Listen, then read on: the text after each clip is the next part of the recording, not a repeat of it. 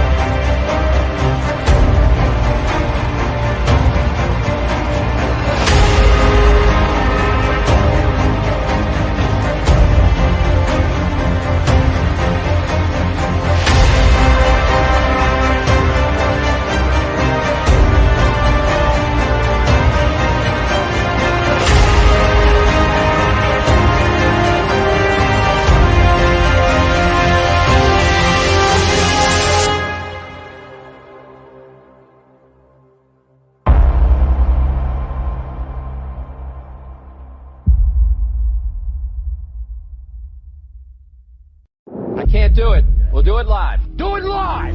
I'll write it and we'll do it live! Mister, will you please wake up, wake up, wake up, wake up, wake up?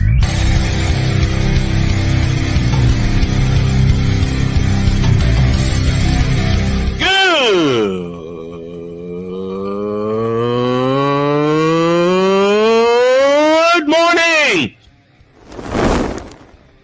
Snowman here to all you Brock Purdy and San Francisco 49er haters. Shut up! I gotta thank you, Shane. I mean, whatever happened to the games where breaking 100 points was, I don't know, unusual?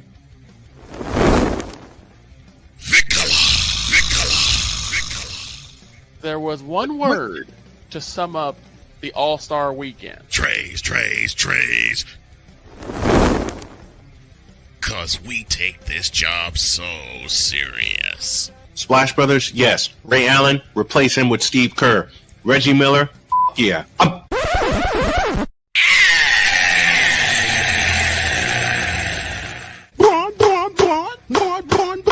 What in the all types of blue hell?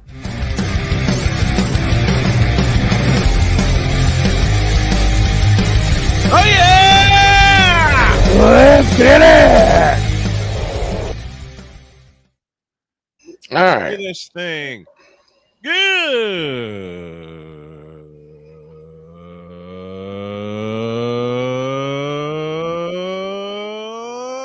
morning. Welcome to the Twisted Tripped Out Thursday edition of Snowman in the Morning. Glad to have y'all with us as one of my cats appear. Hello, Pumpkin. Staying this time, or are you jumping down in about 5 minutes? I say that, and there he goes. 5 You seconds. got a lot to get to on this Thursday morning. We'll talk college football playoff. We'll get totally deets. I believe Chris Simpson is set to join us to help break down the divisional playoff. I'm going to start with this. Mm-hmm. I have teased a bit of a change in the show. Not in the style, but how we deliver it. I will say this. If y'all ain't with it and how we do it, then you're not a real supporter. And I'm not afraid to call people out.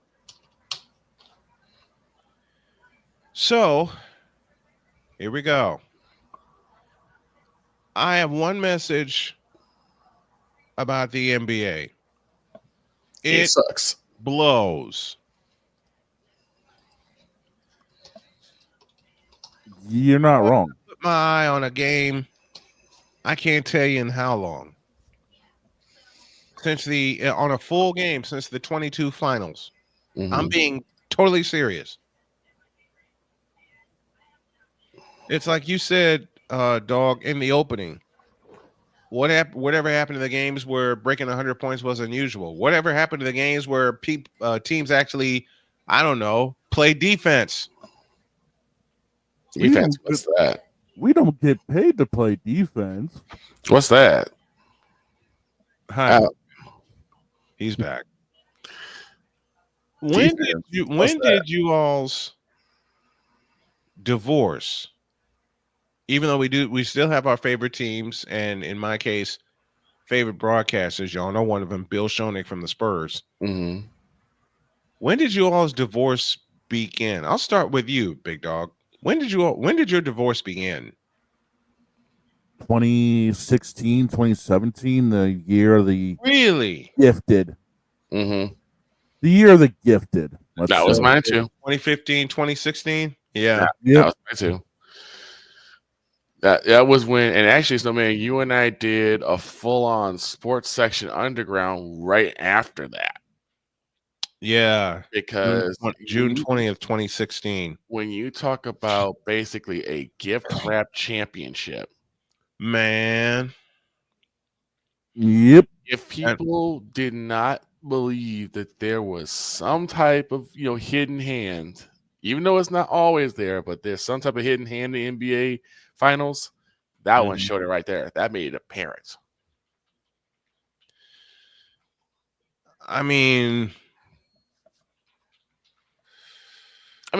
we look at it from the standpoint that should have been, at the very least, a 5-game conquest by the Warriors. How many times have I said that? Too many. Was it 3-1? It was 3 games to 1. 3 games to 1. This should have been game, set, match. It should have been a wipeout.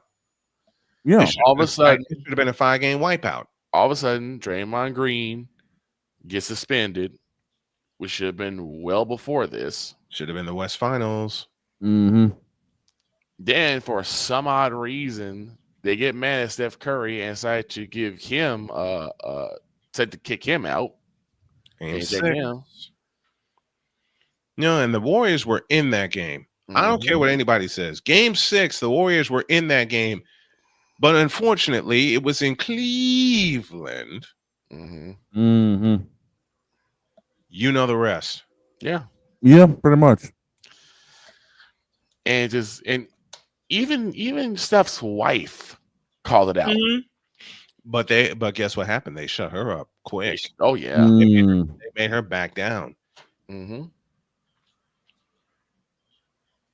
They made her back down. And I had people challenging me the next day when I went, and Victor, you were with me. I went completely the hell off. I went completely the hell off. Everybody went off. And then all of a sudden, that year, 2016, really gave rise to the Bronze Sexual Empire. Yes, it did. Oh yeah. And it started all of the, oh my God, he's the greatest. He came back from 3 games. Shut the fuck up with that bullshit. Shut up. That and the fact that I believe that, and the fact of this, there were investigations into LeBron taking PEDs. Guess what happened? Adam Silver happened. He shut them all up.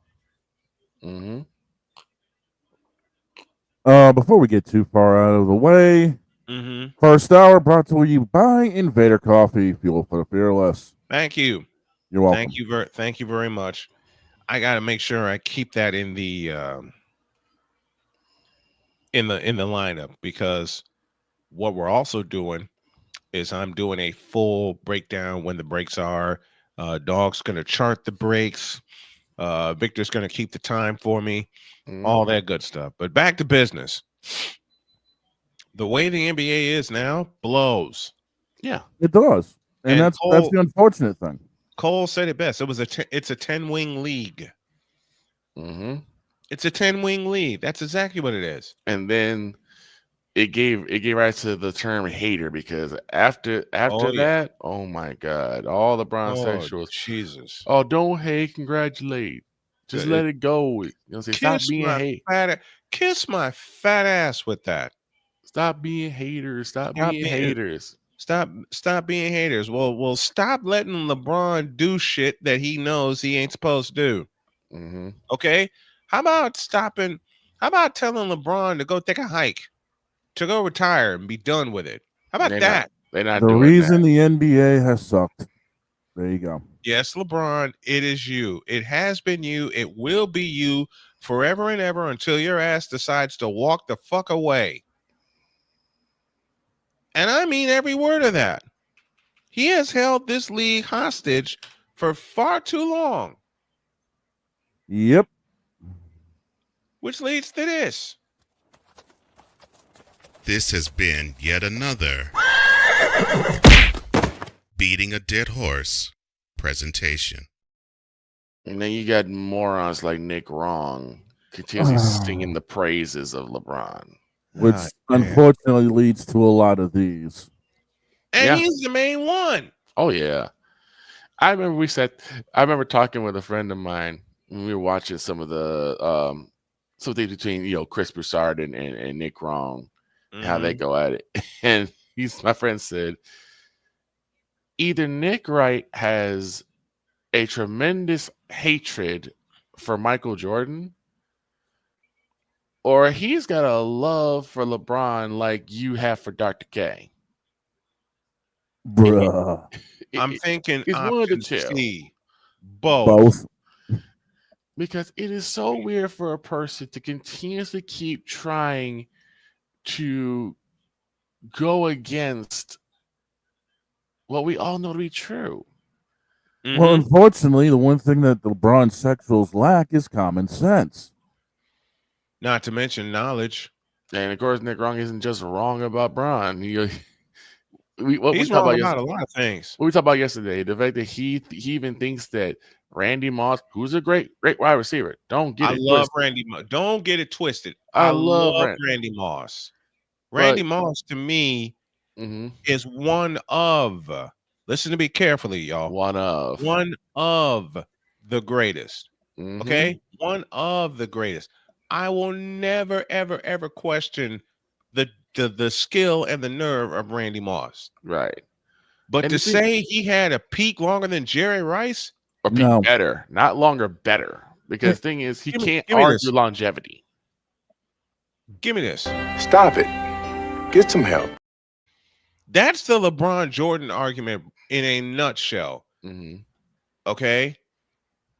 It seems like since 2016 and in essence 2020, there's been more Bron sexuals to come to the forefront. Yes. Unfortunately. Well, you don't only have to worry about Bron himself. Now you got to talk about Bronny. Oh, dear Lord. Bronny in there is like, now you're like, it's not just he's the greatest, but now his son's the greatest too. And he hasn't even been he hasn't been in for a full year yet. He hasn't even been in for a full year. Hold up. I got something for this. Shut up, bitch. With the sunglasses and everything. Thank you, Dwayne "The Rock" Johnson. But these bronsexuals, they feel this impulsive need to keep. And the funny thing is, when I talk about with Nick Wrong, here's the thing. Stephen A., who has been a big staunch supporter of LeBron, he don't even argue about whether or not he's LeBron's the GOAT anymore. Because at least he's got a slight bit of common sense. Shannon Sharp, who's been a massive bronsexual. War goat head on the air. Yeah. He hasn't even really brought up the whole greatest of all time thing either. Now he might. We don't know if he will, but he might. But he hasn't done it yet. The only person who continuously keeps pushing this narrative has been Nick Wrong. And it's a narrative and a half. Yep. It's a narrative and a half. It's like, sir, it's time to let this bullshit. And it's bullshit. It's time to let this go, sir. There's a button I need to push because my buddy BGS shouted me out during his live stream yesterday. And I'm live on my radio station dedicated to my wife, WJKS. And I got a funny story to tell you all about that after the break because I just didn't know everybody figured out what the initials stood for. I just didn't know we were open up the swear jar. Yeah. That some bitch is wide open and it's gonna be open forever and ever. Because we got to talk real, man. Mm-hmm. We got to say it real. It's about to get good. It's about to really get good. Now, about Bronny. Now that's some bullshit. Period. That's some bullshit. Talking BG, say it again. Now that's some bullshit. Man, everyone talking about Bronny like this. You fool! Thank you. And also, as far as the show goes, I figure if Pat McAfee can do it, so can we. Just talking real about sports. That's what we're doing. But Yep. back to this. Back to business. Who in the absolute? No, I won't. I retract the question because I already know the answer. Mm-hmm. I already know the answer. 2016 began my divorce. Matter of fact, 2003 began it. To me, 2016 finalized it. 2015 started the separation. Because the Warriors kicked the Cavaliers' ass Mm-hmm. in 6 games. Because you start to see the rise of the flopper. I'm talking. And then all the Bron apologists came out. Right. Bron apologists came out. Well, he didn't have Kyrie. He didn't have Kevin Love. Fuck you. He had the teammates that he had, and y'all are celebrating the fact that he, quote unquote, dragged that team to the NBA World Championship Series, and he got kicked straight in the ass. Mm-hmm. When the lights are brightest, Bron is the smallest. Period. Deal with it. Ain't no step ladder or hell in a cell to save him on that one. So None. Sometimes I just think I'm getting too old for this.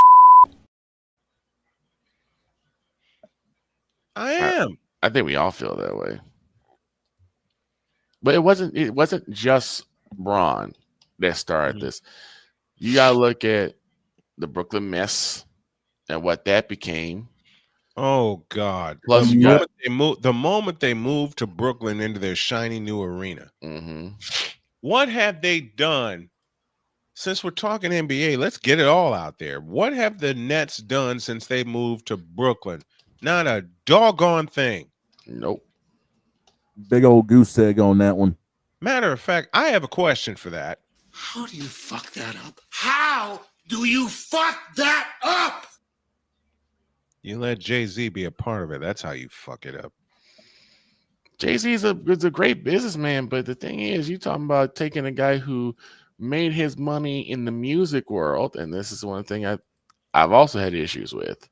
And you brought this up too. This tight-knit relationship between music and the NBA.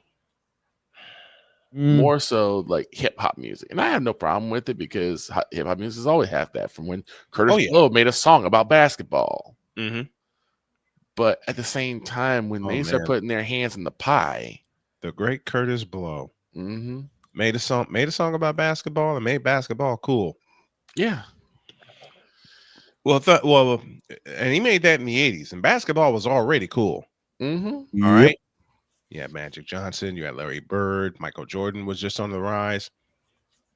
But it just gets to a point when you start seeing the softness of the game. You got guys flopping all over the place and then getting these foul calls, and then they're like, I'm the toughest forward in the league. No, you're not. Please. If you got to flop to get fouls, you ain't tough. Please. I'll tell you another player who royally pissed me off and kept talking about and people kept talking about how great of a player he is. Does the name Carmelo Anthony mean anything? Yeah. Carmelo Anthony was a big fish in a small pond in Denver. They brought him to the Big Apple, and then you saw you brought him to the Big Apple, and then you saw what he was about. And he bitched out. He kept taking the money. and he bitched out. I said it. He bitched out. Stephen A. Smith did a show, 2 full segments, which is probably what this is going to take. 2 full segments about why the Knicks should sign Carmelo Anthony. That was 2011. Hey, Knicks, why didn't you wait until the summer? Why didn't you wait until the summer? I got nothing. Yeah. Would have saved you a whole lot of headache. Yep. Not to mention a whole lot of money. Yep. And that's just 2 of the reasons I got a divorce from the NBA. Those are just 2 of the reasons. But when you get run out like that because you don't see the same game anymore, the game, like we said, the style of the game is not as aesthetically pleasing as it used to be.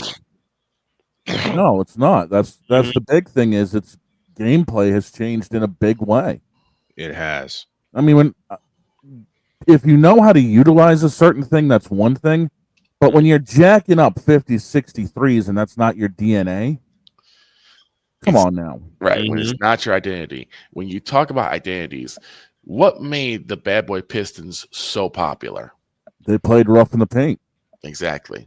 They played fucking defense. What about the Boston Celtics back in those days? Larry Bird, They were a team put together by the late, great Red Auerbach. They beat you inside out. They beat you inside out. They didn't have to shoot jumpers all the time, but then a smooth shooting forward named Larry Bird showed up. What about the Showtime Lakers? Oh, right there. Showtime. Showtime. You just said it. Everybody had a different style of play. Everyone had a different identity. And now you got all these teams. What makes Cleveland so much different from Denver, or what makes Atlanta different from New Orleans? What makes Charlotte different from Miami and Chicago and LA and Clippers, Lakers, Warriors? Like, Warriors have their own identity. They were the shooter crew. And I got something to say. They were a better version about of the older version. I got something about my beloved Warriors. Now, they weren't the team I grew up loving. My first team I grew up loving was the Philadelphia 76ers. Matter of fact, we'll pause there for a break, and we'll talk about the teams that we grew up loving, including our own, and why the divorce had to happen. Snowman in the morning, back in the news.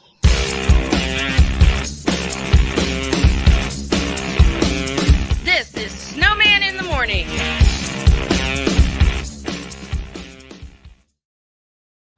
People tell me how lucky my daughter is to have been adopted. But really, we're the lucky ones. Learn more at adoptuskids.org. This planet has been great to me. It's given me gifts that I can't even explain. It's given me adventures and memories I'll never forget. And Battleborn, I think, has given me the opportunity to go beyond and give something back. How can I be a better custodian to this planet and the place I live? That's where I am with Battleborn. Let's make the planet a better place. Whether it's news, the largest egg producer finds bird flu in chickens at a Texas plant, weather, devastating tornadoes rip through the heart of the United States, inspiration, a breast cancer survivor completed the journey of chemotherapy, and now begins a future one of matrimony or sports. Michael Jordan is shown on a photo with Diddy. LeBron James has a video extolling the virtues of a Diddy party. This has been yet another beating a dead horse presentation. We got you covered. BS3 Network, in association with Comey Media Incorporated, proudly present The Morning Shift with Cole Johnson. Live every weekday at 8 a.m. Eastern, 7 a.m. Central.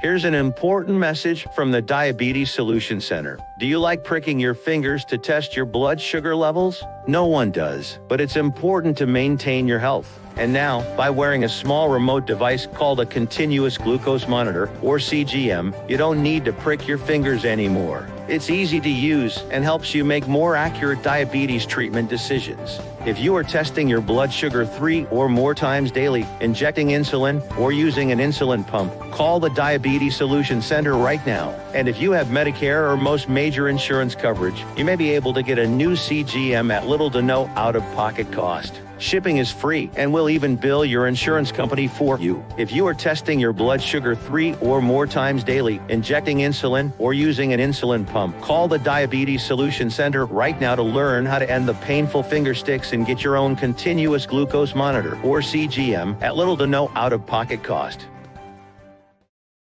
SeatGeek is the ticketing app for fans like Boomstick Lady. No free throw is safe from the roar of her sticks. SeatGeek helps her find a seat in the direct eye line of the shooter so she can sit where her boomsticks make the biggest boom. Everybody okay? SeatGeek handles the tickets to sports, concerts, and more, so fans can fan. Join the transporter to Hades. Your butt and gut becomes one. Join the reformer of hooker whores. This is my daughter, Placenta Booty Johnson. Join the bronze car. Whenever you are in distress, take off your baseball cap and throw it in the air. Join your very own superhero of broadcasting, Chris Bass. So whatever color crayon they get, they palm it and do 2 circles, and that translates to, I can be the black people. As she takes you through the week's paces in Baseline. Live every Saturday at 8 a.m. Eastern, 7 a.m. Central, Pacific Time Zone people, just stay asleep when this is on live and just catch the recording. Oh, I'm sorry. Exclusively on the Chris Bass YouTube channel.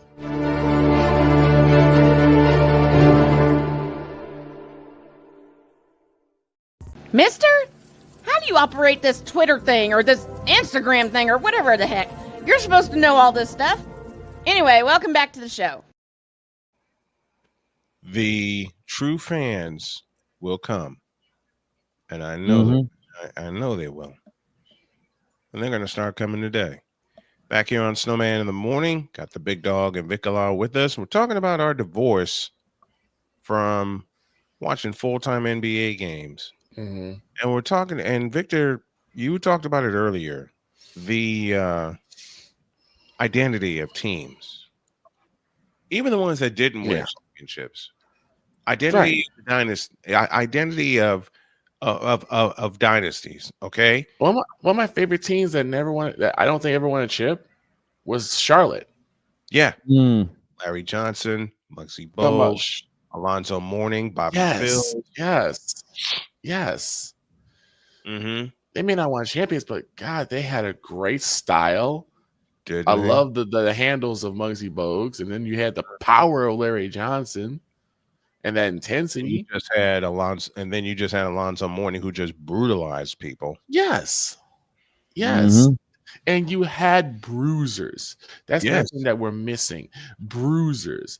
The guys like 93, the 1990s, the half of the 1990s. Whether it was Alonzo Mourning, Akeem the Dream Olajuwon, whether it was Dennis Rodman, Patrick Ewing, Charles freaking Barkley. David Robinson. David Robinson, the Admiral. Terry Cummings. Shaq was coming into his own. Shaq Diesel was coming in. Yep, Shaquille O'Neal was coming in. You had bruisers, guys who were known for their defense. They didn't have to score a bunch of points, but their presence was felt in that paint. Indeed, and a lot of guys didn't want to go in the paint because you knew you had to see them. They were afraid. They were afraid to go in. Name one person in today's NBA that you think someone will be afraid to go into the paint with because of that defense. I got about 40 of them right off the top of my head. And someone. I repeat the question. Name someone from today's NBA that someone will be scared to go into low paint with? Where's that button?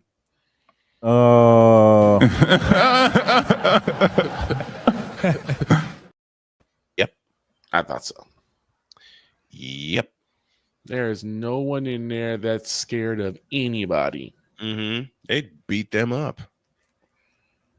They'd beat them up. Yep. And not think twice about it. You know what makes it fun? What's that? Dang it. I can't pull any of them either. All right. Someone has often challenged me to name players that are better than LBJ. Right. Really? Y'all are going to make the challenge that easy? Really? And the reason I say it that way with so much disdain is because I can easily give you 5 of them right now. Mm-hmm.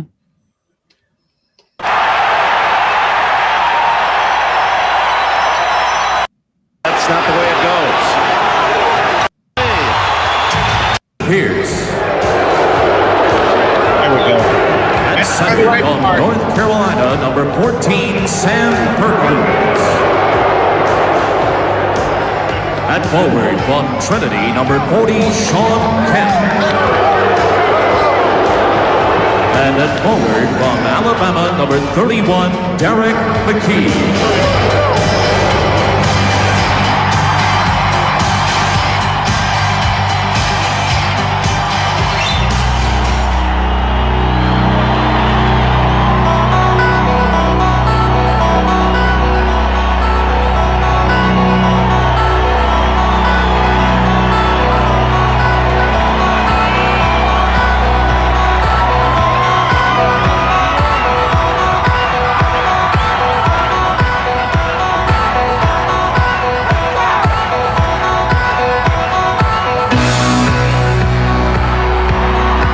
Ladies and gentlemen, with head coach Paul Westfall, here's the starting lineup for your Phoenix Suns. At guard from California, number 7, KJ Kevin Johnson. At guard from Central Michigan, number 9, Dan Marley. At center, Global Division, number 41, Mark West. Ricky West. At forward from Utah, number 24, Tom Chambers. Anybody remember him? Uh-oh. Anybody remember him? Uh-oh. Oh, yeah. And at forward from Auburn, number 34, Charles Barkley. Damn right. Sir. Damn right. The round mound of rebound. And you know something? He was great in Philadelphia. Mm-hmm. But a strange thing happened. He got greater in Phoenix. In Phoenix, yep. I think that's how most people remember him. And that's another thing. That's another thing that kind of started a divorce with a lot of people, myself included, was a lot of the greedy power moves by the front office of the NBA. A lot of teams. Front offices. Case in point, where's Seattle? That's a segment of itself. Right now, there's a college football playoff to break down. Yes, it is.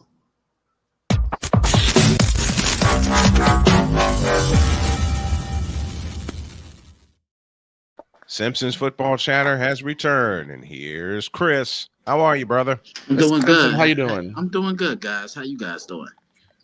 Okay. Why don't we just come out and ask it? Wild card or mild card this past weekend? Your thoughts? Oh, definitely mild. With a capital M. Yeah. Definitely mild with a capital M. I mean, The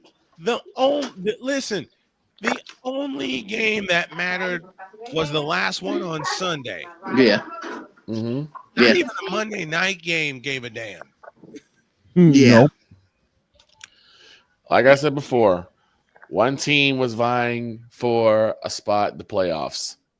The other was Minnesota Vikings. Bullseye. Yeah. To me, for the Rams, that was that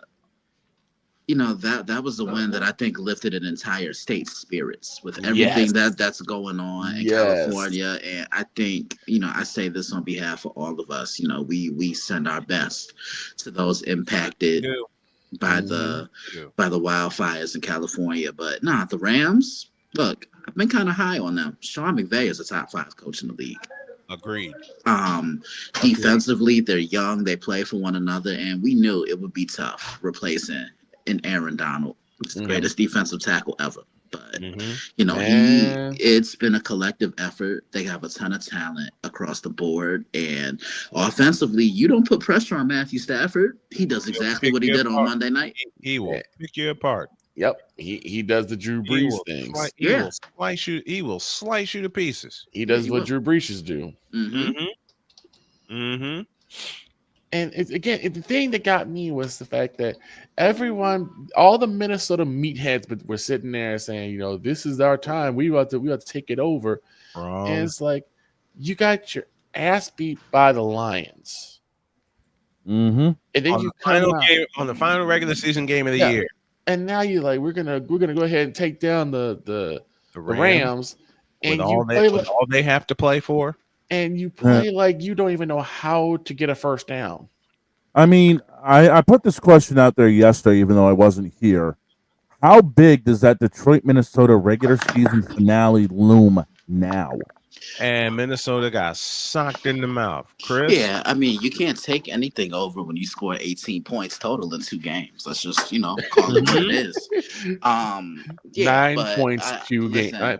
I'll say this. I truly believe that the Lions kind of unveiled the blueprint on how to attack the Minnesota Vikings. You have to attack them from the interior of their offensive line. Because look, a lot of the pressure was coming from the inside with that defensive line, and that's exactly what the Rams did. They showed balance offensively, and even without Tyler Higbee, they were still able to move the ball. Oh, they moved the ball at will. Okay, I'll insert 2 words. They moved the ball at will. Mm-hmm. They moved the ball at will. What's the divisional round matchup that you are going to put your eyes on this weekend? I mean, I'd be lying to you if I didn't say it was Baltimore and Buffalo. I mean, that's going to be a movie. You have the 2 front runners for MVP, and I'm going to explain if you guys wanted to ask, who do I think is going to win MVP, because I have a perfect explanation for it. But Baltimore, their defenses kind of come around in a roundabout fashion. I mean, they're playing Ravens football, but the formula for Baltimore is to run the ball. Derrick Henry needs to touch the ball between 21 to 26 times. And Can you please say that again, please? Derrick Henry needs to touch the ball between 21 to 26 times. Plain and simple. I'm getting sick and tired of looking at the stats on Baltimore games and seeing Derrick Henry only touch the ball about 11 to 12 times. Meanwhile, you got Lamar Jackson doing the brunt of the running. That's not his game. Right. And then Buffalo, look, I love what I've seen from the Bills, and quite frankly, I think Josh Allen is going to win MVP. Listen, it's nothing. I think it's going to be Listen, I don't think. Listen, it's nothing against Lamar, but does Lamar have better numbers? Absolutely. But what's the name of the award? Most valuable player. And no player has been more valuable to his football team this year than Josh Allen.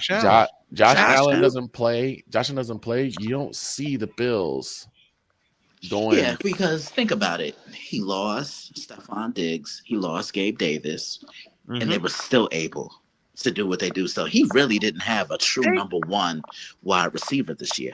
They won the AFC East going away. Yeah. And he did his best work in the pocket.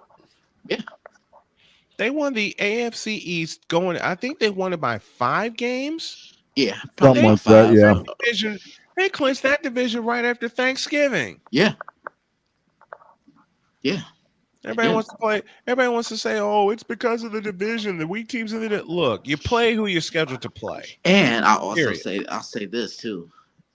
Josh also has 2 MVP moments. He beat Kansas City and he beat Detroit. And what are Kansas City and Detroit in these playoffs? The top seeds in their conferences. Yep. Matter of fact, hung 30 points plus on both of them. Went to Detroit and hung 48 on their asses. Yeah. And neither team punted the football. That's why I really want to see that as my Super Bowl matchup, Buffalo and Detroit. Yeah, I mean, look, and I think the key in this game for Buffalo is going to be their edge rushers, because you look at the first time that they played. I remember that first play, and I'm telling Snow here, I'm like, look, Derrick Henry ran through that lane untouched. You know what I'm saying? Yeah. And it just seemed like in that game, the more he got the ball, the stronger he got. He had the best game of his young Ravens career. I mean, 199 yards rushing on 26 carries. Again, what did I say? That magic number of carries for him is between 21 and 26 carries. But here's the difference. Buffalo didn't have a key player. Matt Milano was their best run stopper, and I think he's going to be key on Sunday night. I can't wait. We would definitely be covering that game. We will be doing that game live. Speaking of live, Monday night is it. It's the national championship between the Notre Dame Fighting Irish and the Ohio State University. Man. Gentlemen, what did I say at the top of the season when we first started talking about the playoff? Whom did I say was going to be the wild card of all wild cards when it came to this playoff? Fighting Irish. Notre Dame. Guess who's playing for the national championship? Fighting Irish. And the gray wigs in the NCAA office are shaking. They are losing their collective minds. I mean, both these teams are kind of similar in a way because they both suffered painful losses, but it just seems like the painful losses are kind of bettered them. You know what I'm saying? Because I remember when Northern Illinois beat Notre Dame.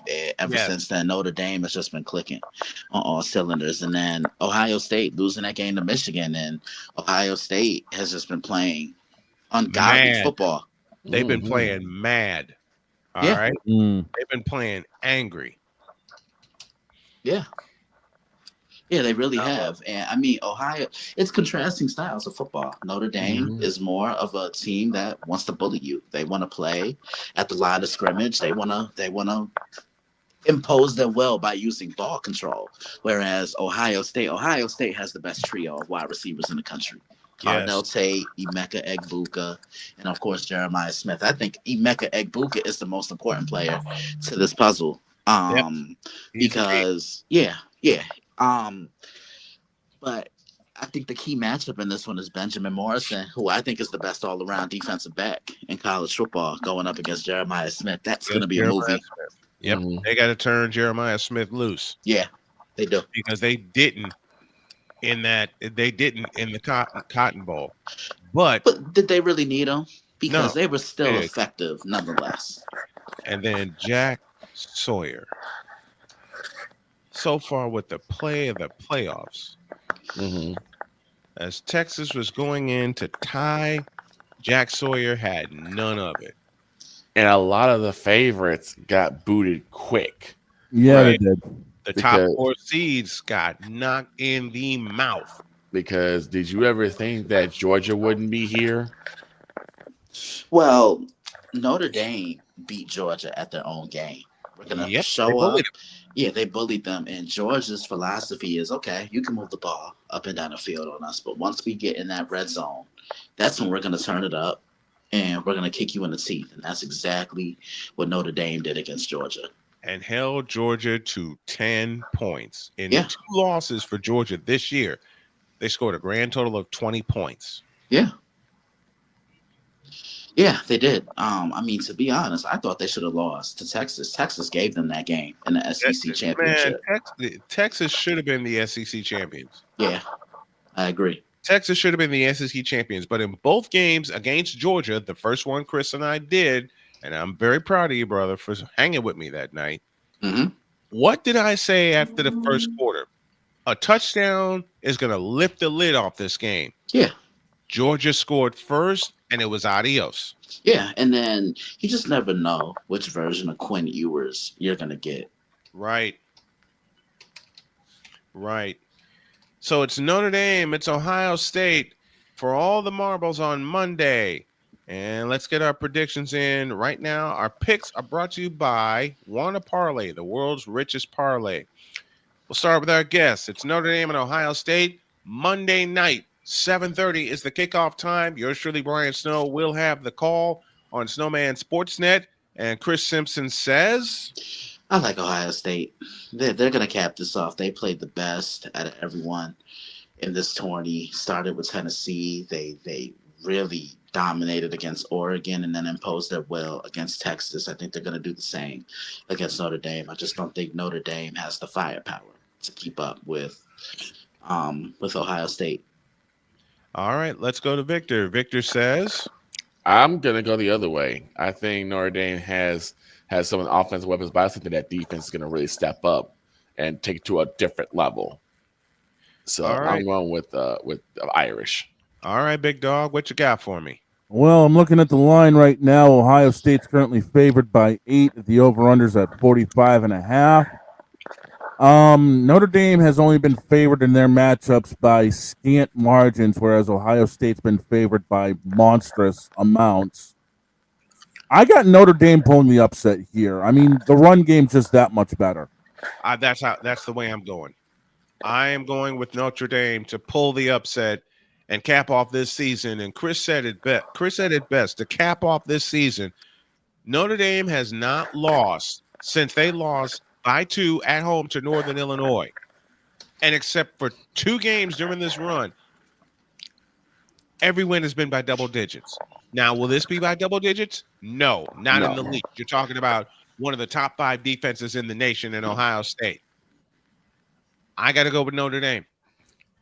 And to echo a point that Chris said when he and I talked off the air, and I love you, brother, for this.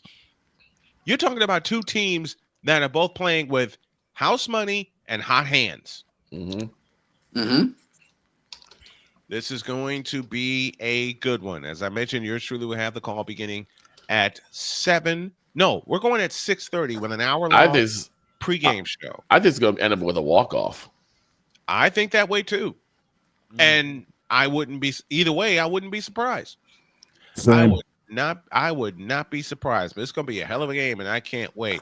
Chris Simpson joining us here on the program. The football chatter is back, and yes, even through the offseason, we're going to have the football chatter because we got the draft, what each team needs, and of course, how can we improve the college football playoff? We'll have our thoughts all throughout the spring and the summer and take you into 2025. Chris, my brother, we love you. Thank you so much for being thank you so much for being a regular on here. I look forward to talking to you. Absolutely. Have a good rest of the show, guys.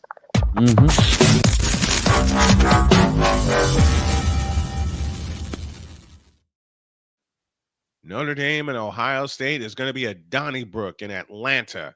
We'll go up at 6:30 with a special hour-long pregame show. I'll have some taped interviews. We'll have some live interviews. Then at 7:30, we will kick things off with Notre Dame and Ohio State playing for all the marbles. And you can hear it live right here on Snowman Sportsnet.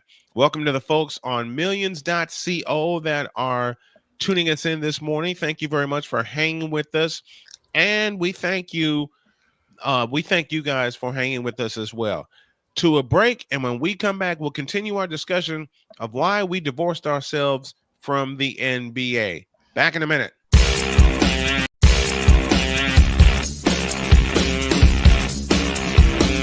This is Snowman in the Morning.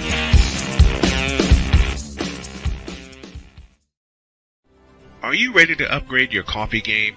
Prepare for an invasion of flavor with Invader Coffee. It's the caffeinated elixir that fuels champions, the blend that pushes boundaries. Whether you're battling deadlines or exploring uncharted territories, Invader Coffee has your back. Join the invasion at invadercoffee.com and taste the difference for yourself. Use the code SNOWMAN for 15% off your first order. Invader Coffee, veteran owned.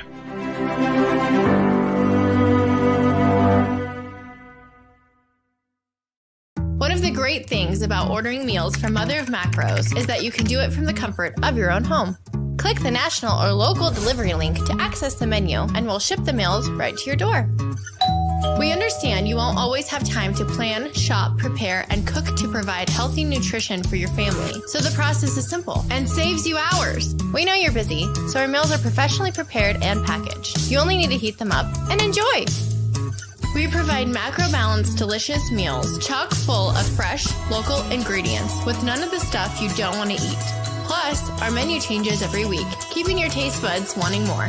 We take care of your meals so you can worry about everything else on your list. Mother of Macros.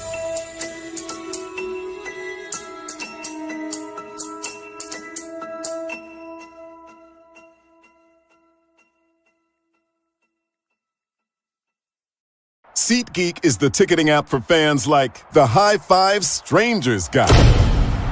Game-winning interception. First down.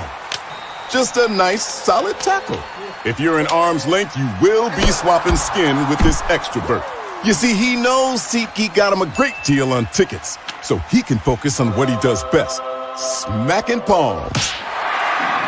SeatGeek handles the tickets to sports, concerts, and more, so fans can fan.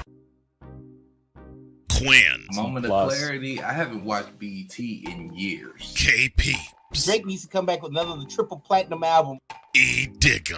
And then you have Ray J. Like, I can't stand that River Cricket. The Guru. Okay, the level of crack she's smoking, I don't want it. BS3 Network proudly presents the Knucklehead Chronicles podcast, where from card tips to hot topics to meep of the week, anything goes. Live every Sunday at 2:30 p.m. Central.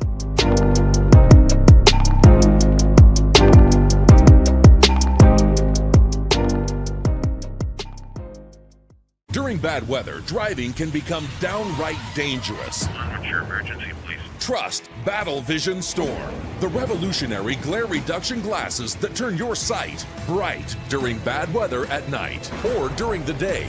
Watch your ordinary vision become extraordinary. Battle Vision Storm uses light optimizing lenses that block blue rays so you see clearly in heavy rain at night or blinding snow during the day.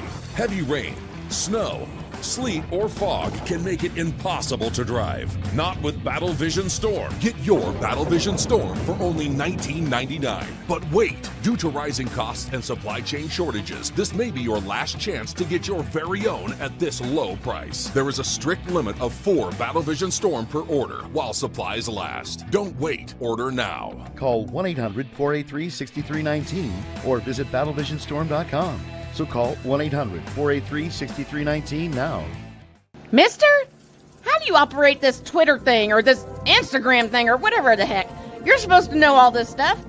Anyway, welcome back to the show. Okay. The first favorite player I ever had when it came to the NBA. You know what? Where's Dave?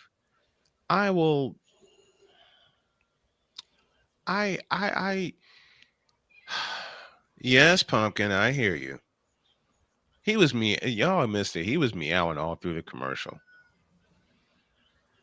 Oh, I'm sure. He was meowing all through the commercial. Can y'all hear him? Yeah. I think he wants to go out. Stand by a minute. You want to go out, Pumpkin Bear? Come here, Pumpkin. In comes Winnie. Out goes Pumpkin. So the queen of the house is in the house now. Yeah, sounds about right.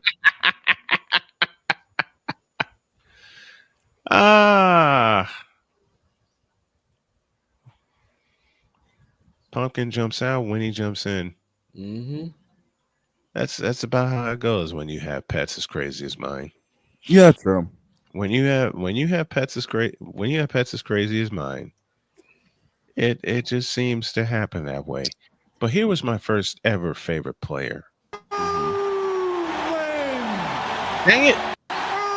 University of Mass chosen number 6, Julius. The Doctor. Oh, let me do that again. University and University of Mass chosen number 6, Julius.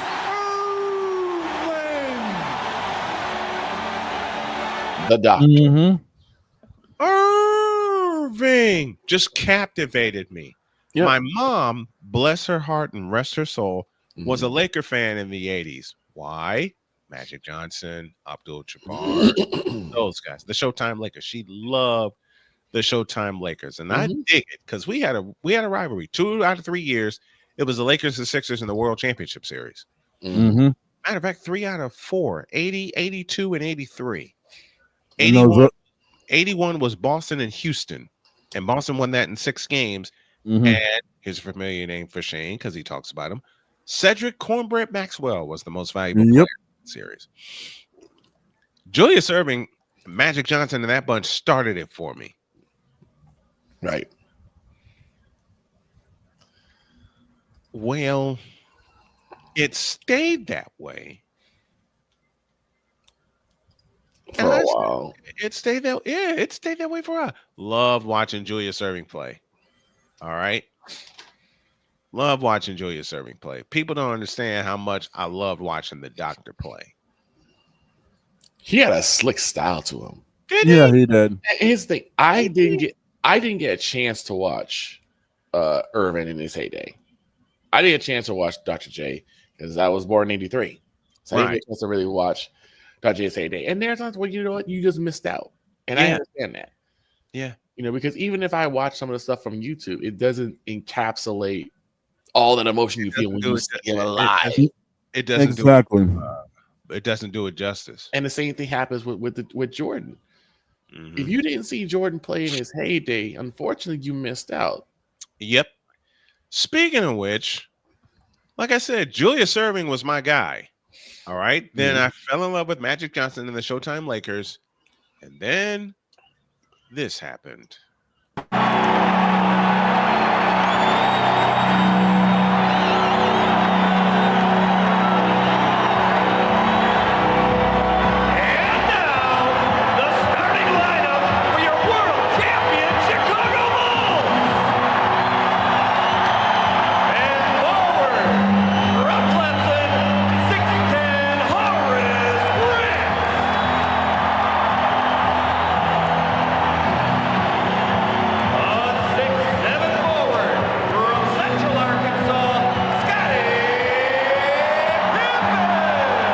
My third player.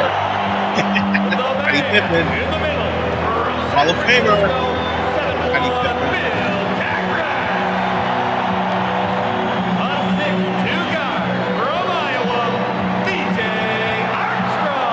He did not do something to Iowa. I'll tell you why in a minute. Give me this guy, shut up. Do that again for all the haters. We took over for Pax. This is when he took over for Pax.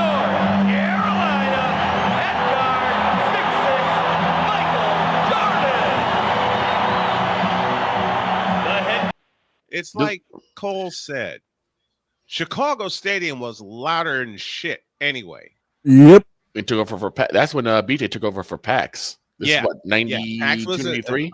Pax had an injury, and then BJ took over. And the thing is, they won so many championships. I thought their full name was the World Champion Chicago Bulls.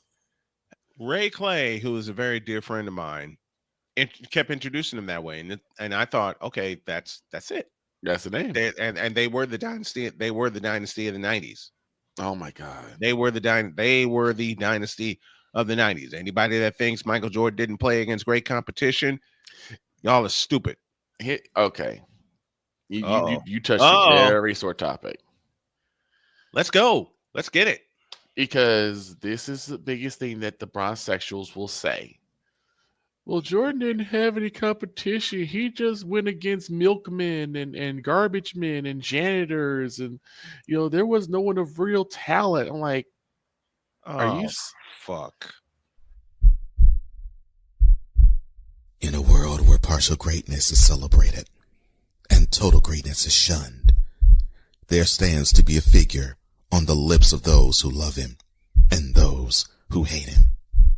The inane comparisons to Michael Jordan and Kobe Bryant continue and has existed since 2003. There is no end in sight, for the battle between those who unconditionally love and unconditionally hate him wages on. These are their stories. Welcome to the Bronzexual Confessions. Oh, dear God. I'm sorry, Shane. Victor, repeat your argument, please. I'm sorry, Shane.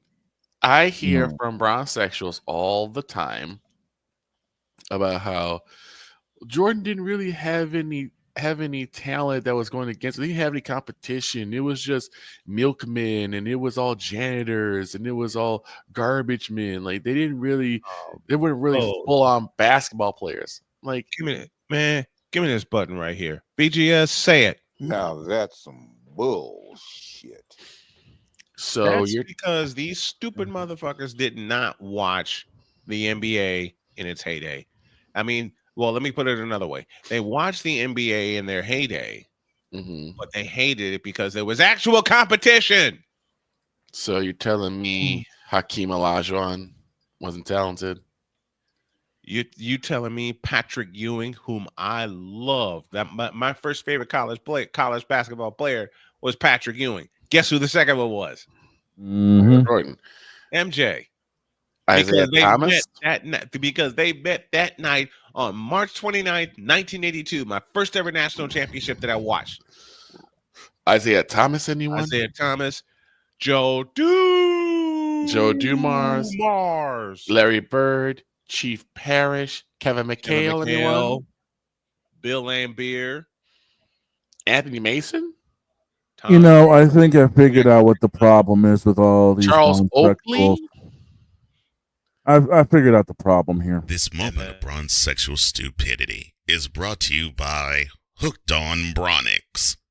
When you start talking like an idiotic Bronzexual, Hooked on Bronix can set you right. Call 1-800-YO-KANG. Real LJPM, now approve all this. Agreed. And it's still somehow being paid for by the city. Fifth. Alonzo Mourning was not talented. Sean Kemp, Gary Payton. Alonzo Mourning. John Stockton, Karl Malone. I love Alonzo Mourning. Alonzo Mourning was the guy for me because my first favorite college team was Georgetown. Why? Patrick Ewing. What about Vlade Divac? Vlade. Weber. C-Webb. Chris Webber.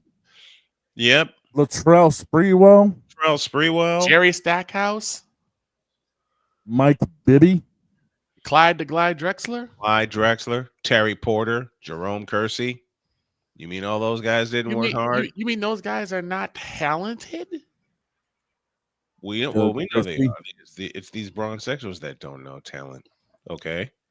Let me sum it up by saying this before we go to halftime. Dear Bronzexuals, fuck you, and fuck you. Because you will never know what real talent is as long as you pay attention to that fool you call Yo Kang. And there goes my voice. Now get out of my face, you thirsty bitches. In a world where logic and sense flies completely out the window. Oh, said it wrong. Get out of our face, you thirsty bitches. In a world where logic and sense flies completely out the window, while purple and yellow glasses are donned, rises a figure who encourages ridiculous, undying loyalty. Good Lord, I'm about to throw up. This has been yet another installment of The Bronzexual Confessions. When y'all get back, we have deets. It's halftime on Snowman in the Morning. Back in a minute. And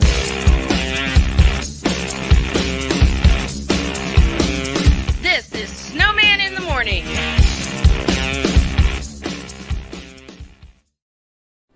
Are you ready to upgrade your coffee game?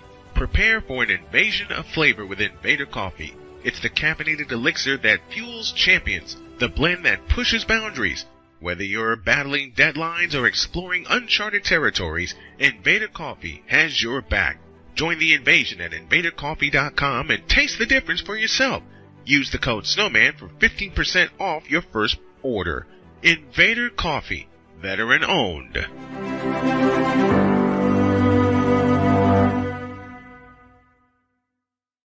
One of the great things about ordering meals from Mother of Macros is that you can do it from the comfort of your own home. Click the national or local delivery link to access the menu, and we'll ship the meals right to your door.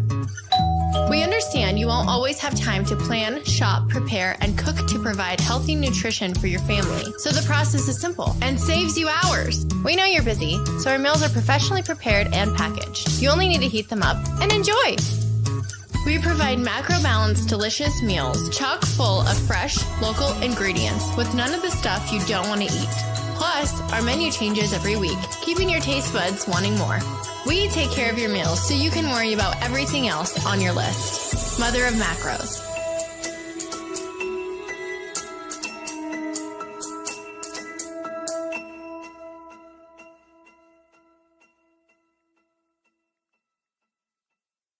SeatGeek is the ticketing app for fans like the High Five Strangers guy.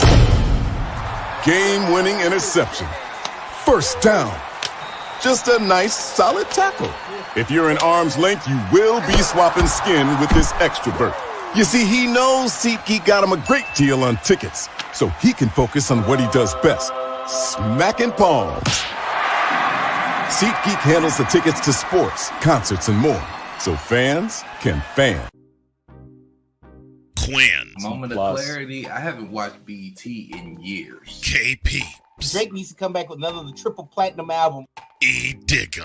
And then you have Ray J. Like, I can't stand that River Cricket. The Guru. Okay, the level of crack she's smoking, I don't want it.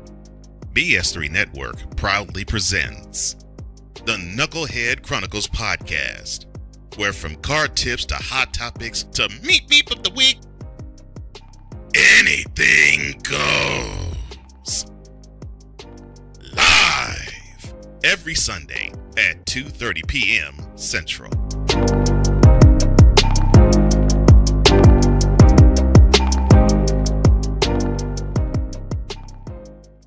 During bad weather, driving can become downright dangerous. What's your emergency, please? Trust Battle Vision Storm, the revolutionary glare reduction glasses that turn your sight bright during bad weather at night or during the day. Watch your ordinary vision become extraordinary. Battle Vision Storm uses light optimizing lenses that block blue rays, so you see clearly in heavy rain at night or blinding snow during the day. Heavy rain, snow, sleet, or fog can make it impossible to drive. Not with Battle Vision Storm. Get your Battle Vision Storm for only $19.99. But wait, due to rising costs and supply chain shortages, this may be your last chance to get your very own at this low price. There is a strict limit of 4 Battle Vision Storm per order while supplies last. Don't wait, order now. Call 1-800-483-6319 or visit battlevisionstorm.com. So call 1-800-483-6319 now. Sports bettors, listen up. Your favorite sportsbook, BetUS.com, is back and in our 30th year of action. With live in-game betting, incredible odds with daily odds boosters, props and parlays, fast payouts, and exceptional one-to-one customer service, we got it all. And when you sign up today and use the code SNOWMAN, you will get a 125% deposit match on your deposit. Log on to betus.com or call 800-792-3887. That's 800-79-BET-US. BetUS.com, where the game begins.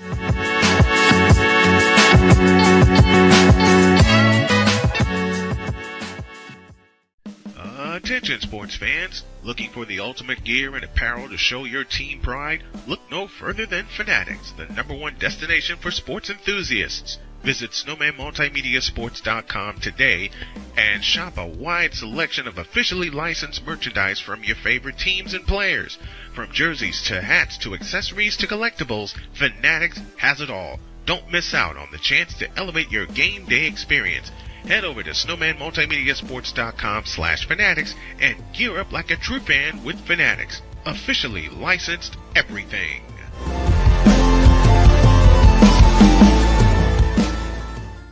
It's no secret. Today's consumer wants convenience and likes things on the go. They want to be listened to and receive instant solutions to their queries. This can often make or break the customer service experience. That's why it makes convenient interactions easy for you. Whether your customers want to connect with you via text, Facebook Messenger, Google, Instagram, or website, all messages now come to the one easy-to-use inbox, so you don't have to check a dozen different sites from the platform. From here, you can send SMS or email, answer questions, schedule appointments, take payments, and close more deals simply by messaging back and forth with your customers. When someone searches for a business like yours, they will look at your reviews. So unless you have more positive reviews, they'll choose someone else. Luck makes it easy to collect hundreds or even thousands of reviews from your customers. Simply send a review invitation or create automation that requests customer reviews right after the sale, or maybe right after a service is completed. It will take them 30 seconds or less to leave the review. Now those reviews will show up on the search result and increase your ranking that matters most. Plus, our advanced reporting will show you exactly where your leads are coming from and if your website or ads are doing their job. So why are you waiting? Put your business way in front of your competitors, get more leads, convert more of those leads to paying customers by getting started with today. Mister? How do you operate this Twitter thing or this Instagram thing or whatever the heck? You're supposed to know all this stuff. Anyway, welcome back to the show. I want to take just a moment, if I may. Okay. All right. I realized something that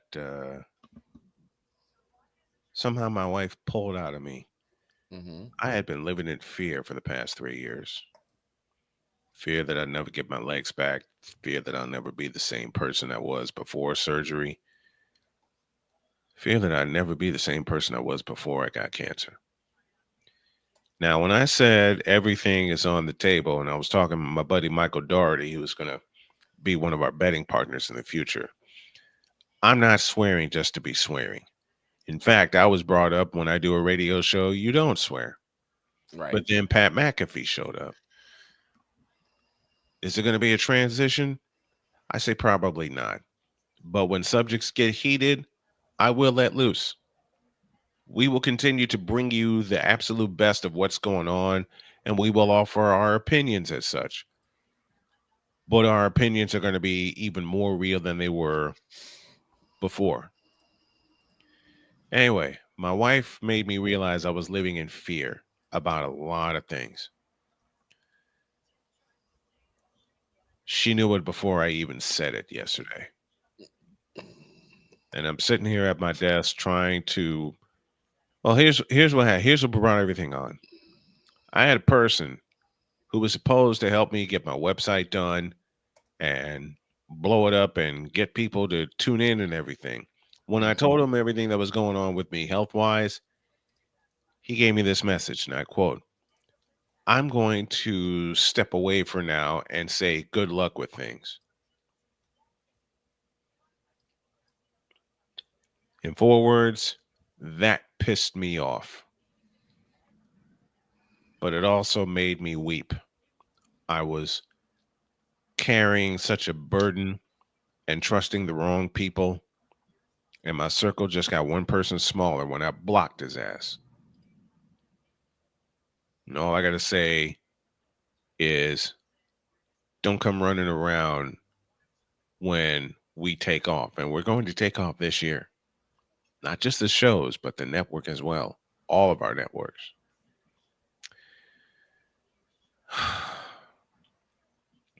If it weren't for Jody, I wouldn't be here. Period.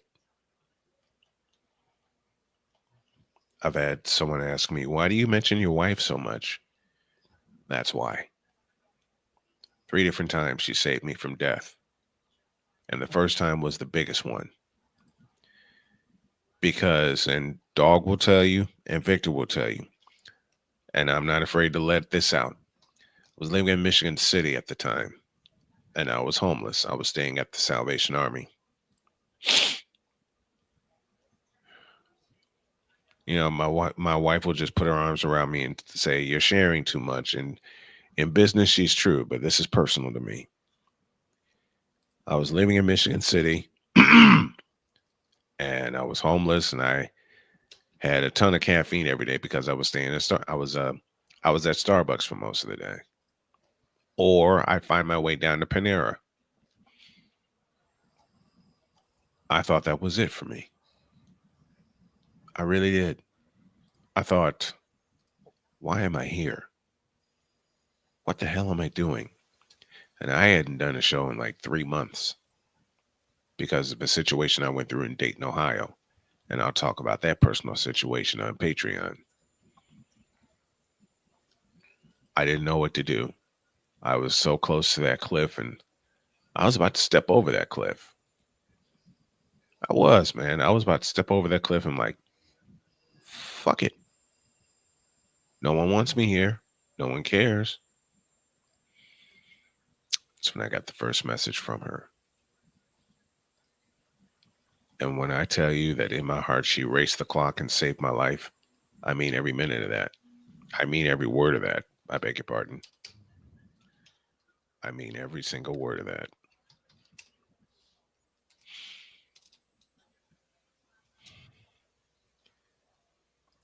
And you know what makes it so? You know what makes it even more fun? The fact that she has been down with me since day one, since the day she sent me her first message.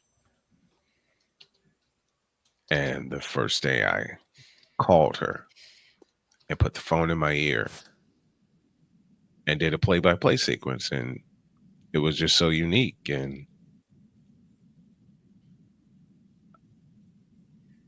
I heard her laugh, and I was a goner. I heard that giggle, and I was a goner. I was done.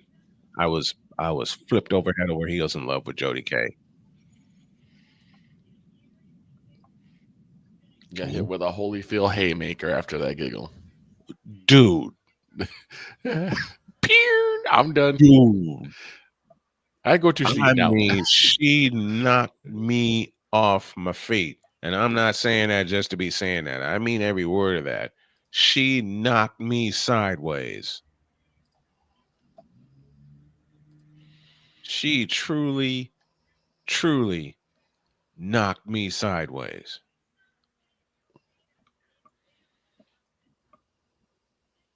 And that was it.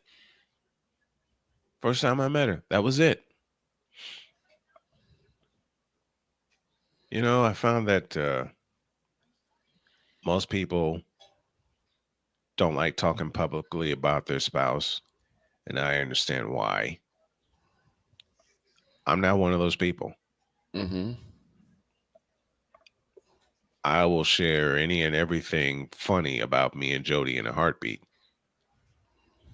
You guys have been on with me when she would say something out of the blue. Blew up the commissioner's segment on its debut. Oh, yeah. And the commissioner is still here. He'll make his comeback this weekend. But that's just the kind of person she is, man. Yeah, the detective is gloating because he said he put the arrest on McCarthy. He put the arrest on Pennywise for the murder of the Dallas Cowboys. For the murder of the Dallas Cowboys.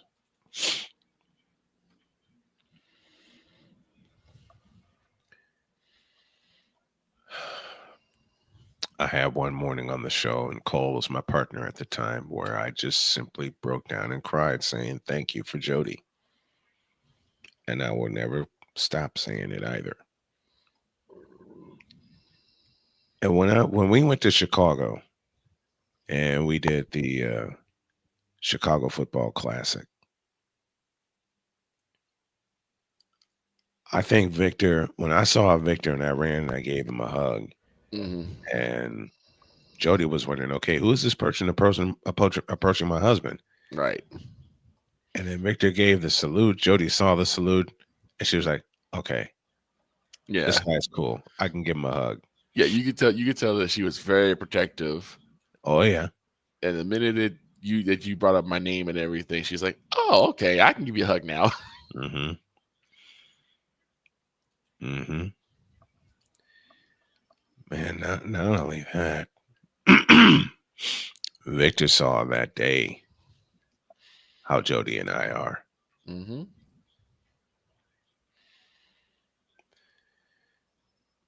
And that ain't changing for nobody. That will never change for anybody. She saved me from death from cancer. With my toe being amputated, she saved me with that.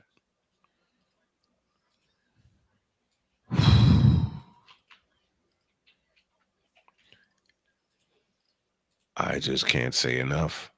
And I don't think I never will say enough about what Jody means to me.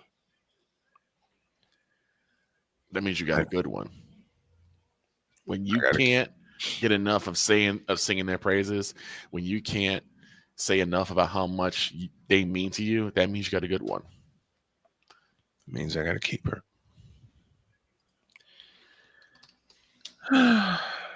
Means I got to keep her. Mm-hmm. Like I said, you all know how crazy she is, and I mean that in the most loving of ways. How many times has Jody popped on out of nowhere and said something crazy that just broke the whole crew up? I mean, it wasn't even that long ago. She got one that I would say broke the internet with the commish. Yes. Yes. Oh my god. Oh my gosh. I married a man from Chicago, not the backwoods of Mississippi. I married a man from Chicago, not from the backwoods of Mississippi. What the fuck? Right? We were done. That literally ended the show. Crew. That ended the show. We laughed for what, 20 minutes? That's only the second time that someone has broke Snowman out of character. The first time was the end of season service at the City Fifth with Cole Johnson's crazy ass. Dog, you should have seen this. It was hilarious. With Cole Johnson's crazy ass. Snowman had been trying 2 years ago. Yes, 2 years ago, I had to fly solo because Cole's workload was like really, really massive. Crazy. Mm-hmm. It was massive. And he sent me a note saying I might be able to join you. And I was hoping so. And I was at Starbucks. I was sitting outside. I was at Starbucks. It was 80 degrees that morning. And I was loving every minute. I was loving every minute of doing the show. Mm-hmm. Then came the end of the show. And Cole hit me with a tiger uppercut with a picture of Braun in church wearing a female church hat. And he started crying. Yeah. The whole thing was Snowman had been trying to do this segment. I'm in the office, mind you. Yes. He would try to do this segment for an hour. I kept teasing it during hour one. I kept teasing the daylight side of it. During hour one. So we're gathered here today, and he starts. I couldn't do it. He starts cackling. Mm-hmm. Does it again. We're gathered here today. Can't do it. Starts cackling again. Mm-hmm. By about the 8th or 9th take, he finally gets, we're gathered here today. I even took a break. Yes. I even took a 4-minute break. To celebrate. I said, we'll have the end of service after this. Right. And he finally gets to it, and he's going through it like an actual sermon. Yes. And as if I had to look cue, away. I had to look away because I was using my phone as my camera at the time. I had to look away because to my phone I was a dead duck. And so everything. So we're just going through. I'm like, okay, we're getting through it, and all of a sudden, off camera, you hear, Right. "Oh, my king! Oh!" I was so done after that. I was finished. I fell out of my chair. Mind you, I was done. mind you, I was done. I'm in the office. Yes. What is happening? And this is when we actually had like more people in the office. Uh-huh. So there was someone to the left of me. My buddy Ed is behind me. Uh-huh. And I fall out of my chair to my knees, and I am just, I'm doubled over. And immediately like, oh my God, are you okay? Okay. And I have tears pouring down my face. Mm-hmm. Just as I did. And they get up and they're like, are you okay? And I started just guffawing with laughter. I'm like, I'm fine. I'm fine. My friends are idiots. Nice. My friends are idiots. And I actually rewind it back. Yes. To let them hear it. Did. Yes, you did. I remember. And then they fall out laughing. Uh-huh. So they fall out laughing. They're like, oh, yeah. And a lot of them were like, they weren't big LeBron fans anyway. So, right. Particularly Ed. Ed doesn't like LeBron at all. So he hears it. He starts laughing. He said, yeah, we celebrated when he finally got eliminated. I'm like, yeah, most of us did. I mean, when Cole did that, as if on cue. It's always as if right on cue. It's always when he does that cry, whether it's Cletus or Ray Ray. Uh-huh. I can't hold it in. I lose it. I do too. Right, and I'll say it again. As if right on cue. As if right on cue. As if right on cue. He did that, and it was over. Man, it was over. Still thinking. I was DUNN. Yeah. Done. It's always those unscripted moments that kind of gets me. Perfect example. This one sticks with me to this day, and I love it. I remember there was one time you were sick. I think it's when you got COVID. Yeah. And Cole had to run the show solo. Mm-hmm. And there was one time we were he was doing it, and I decided to just put a couple ads with Sick Dickie. That's what me and Sick do. We start throwing ads. Oh, Jesus. And one of mine that I did was Lightfoot lotion.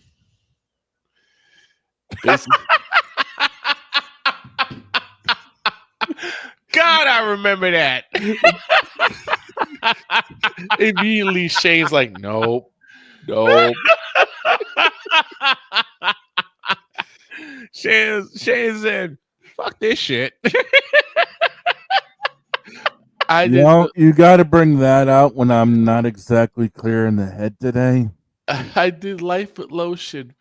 And the one person that always hated whenever Lightfoot was on screen was Wise. That's what he hated it.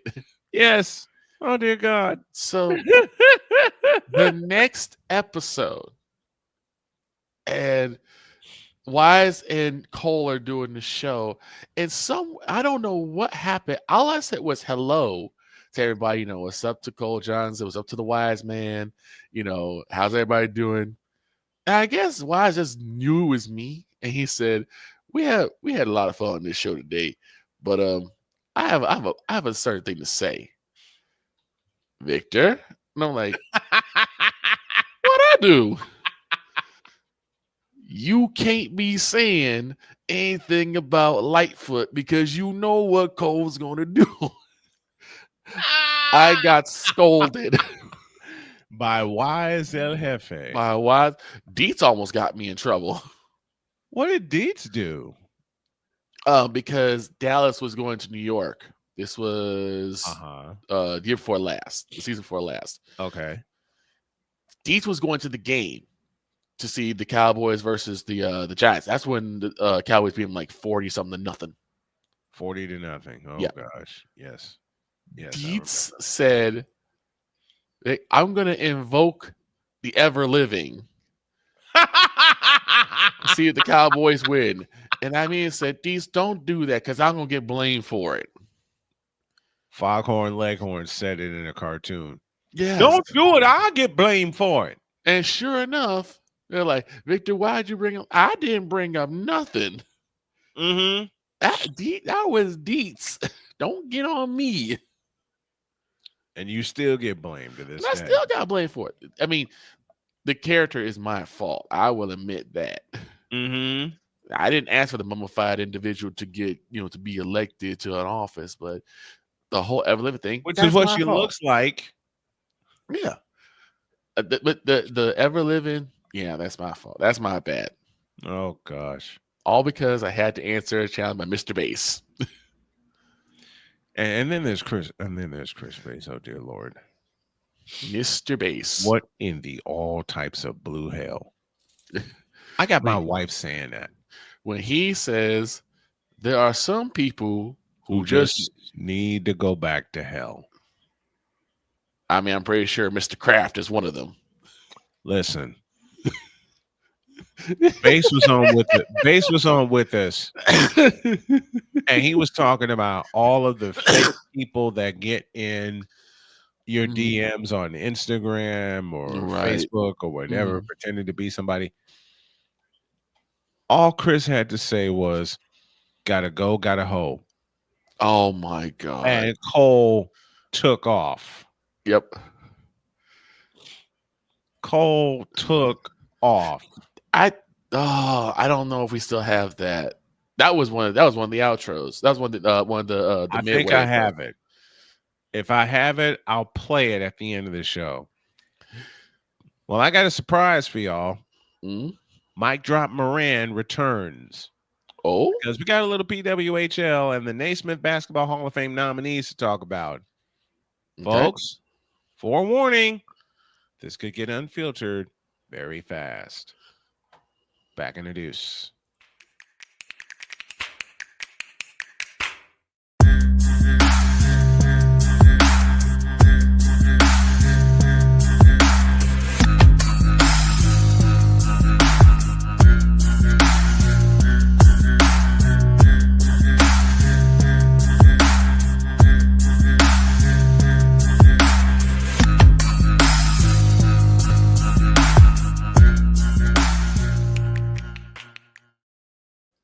Well, I promised her that she could come back and discuss everything with the Naismith Basketball Hall of Fame and the PWHL.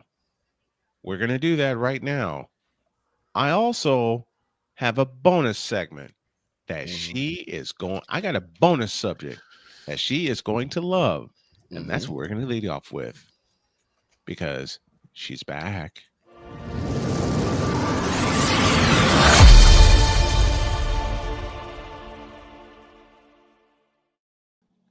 Good morning, Allie. How are you, my dear? Good morning, guys. Raising my cup of coffee to you two. Same here. Same here, my dear. How's it going? Oh, we're great. I've been bragging on Jody for 20 minutes, and I don't mind whatsoever.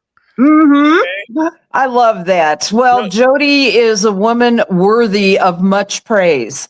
Yes. And yes, she is worthy of all your love and all your praise. And to each and every one of us, thank you, Jody. Thank you. Oh, she is the woman that saved my life. Yes. By meeting me, by getting me into the hospital, rescuing me from blood clots, and you all know the fight against pancreatic cancer. So yes.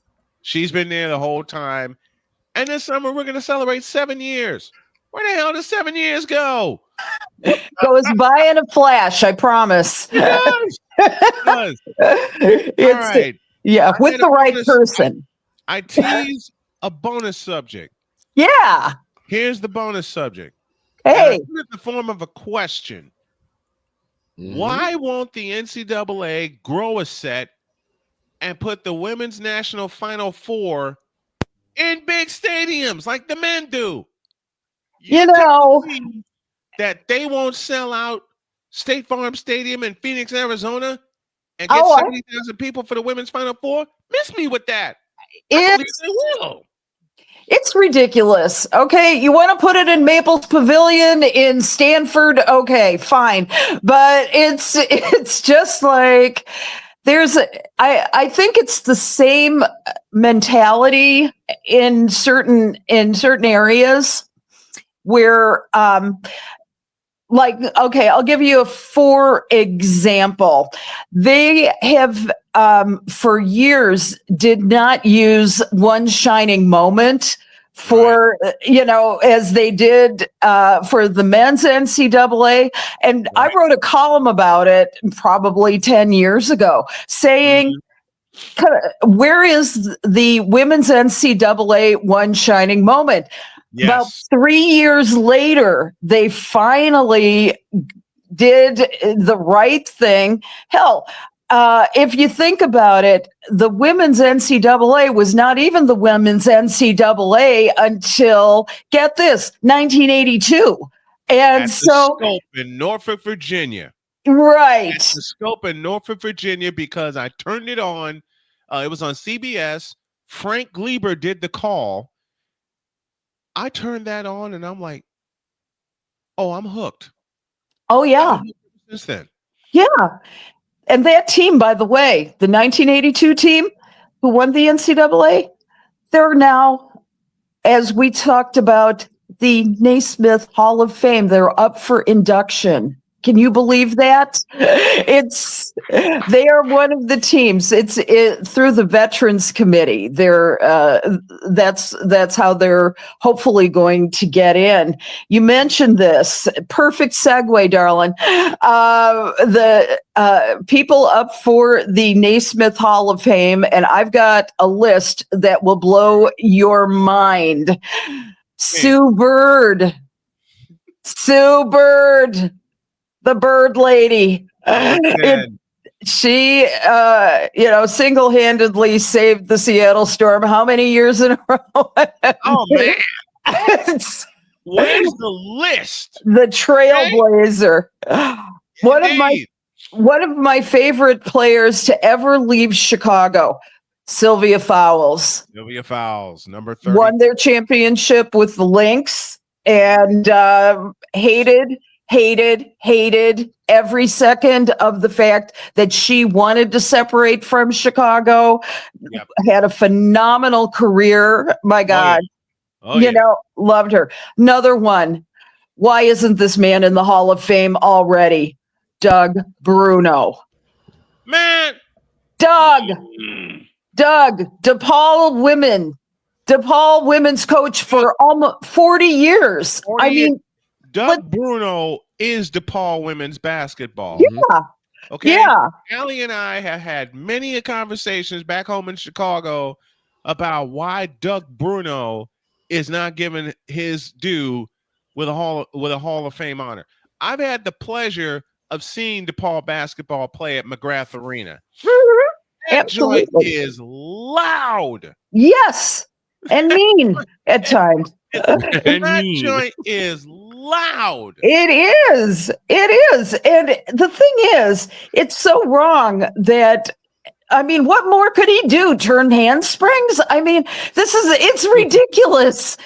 This man has done everything possible for women's basketball. Mm-hmm. He has led the USA teams to gold medals as an assistant coach. He has been at the forefront of ensuring that their academics were up. He graduates 100% of his players. Yep. Please. They've had academic honors.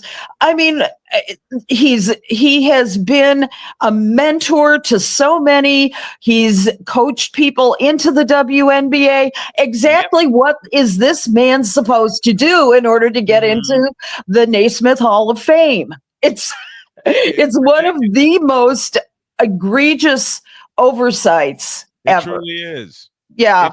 It truly is. Listen, I've met and hung out with Doug Bruno. As I said, I've had a chance to see many a game at McGrath Arena. When I was covering the Chicago Public League Girls Final Four, and I was doing that in play-by-play form at McGrath Arena, Doug Bruno, one of the coolest guys I ever know, just saunters by and sits next to me. Mm-hmm. I'm like, whoa. And my partner said, what happened? There's Doug Bruno next to me. You know, my partner that day said, well, give him a headset, man. I did. I reached in my suitcase. I gave him a headset. We talked for a good 20 minutes. And that was our pregame show. We talked to Doug Bruno. And why not? Why not? He's a wonderful, wonderful man. He's so generous, so giving. I interviewed him last a couple of years ago, and he's just as and as he said, I asked him if he was ever going to retire. You know, he's off on medical leave still now, but he is. But he said, Allison, if you are even thinking about retirement, you're already retired. And he's right. Absolutely. He's one of the most kindest, decentest human beings forever. I mean, that's what I love about him. Let me quick go through a few other names. Shamika Holtzclaw. Yeah. Shamika, such an integral part of the early stages of the WNBA. I mean, really stepped up that game for the NCAAs. I mean, she was one of the originals and one of the best. So, got to do that. Lisa Bluter. Lisa Bluter's on that list. Oh, yeah. Isn't that awesome? Yeah, former, now retired coach for the of Iowa Hawkeyes, and also now with the Indiana Fever. And so continuing her molding of Caitlin Clark into an elite player here. So I think it's great. Another one, Taj McWilliams Franklin. Yes. Love her, absolutely. Maya Moore. That should have been done. Yeah. That should have been done. Oh yeah. And the way they ignored these players that you're listing and don't give them their due in the Naismith Basketball Hall of Fame is egregious. Yes. Maya Moore should have been in at first opportunity. It should not take multiple opportunities for women basketball players to get their due if they're eligible and they've made an impact on the game, and the players that you name have done just that and then some. Yes. Why aren't they giving their due? They have all moved the game forward, and there's no reason why. How about this name, Cheryl Ford? Remember her? I do indeed. Big Detroit Shock, you know. I mean, she's another one who, why on earth isn't she in there already? Why? Why? That leads to a big question that I have. Like, what is the selection process for the Hall of Fame? Because we know how it is for like the NFL Hall of Fame, NBA Hall of Fame. It's always it's based on the beat writers. Is it the same way for WNBA? It's for the Naismith Hall of Fame. It's somewhat the same. It's the basketball writers yet again, and it's also a committee that has to look at them and say yay, nay. Sometimes there are several rounds of votes if there are problems, but they do have to get a certain percentage. And it is a fairly long process to put people in, but it's a long process. And I compare this to a soapbox I have been on for almost 20 years. The ladies you mentioned absolutely deserve their due in the Naismith Basketball Hall of Fame. There was a certain athlete that I have been on a soapbox for that should have been in the Hall of Fame a long time ago. Y'all know him very well. His name is Roger Craig. Yeah. Roger Craig. Oh my God. Yes, I met Roger. Wow. He Nice.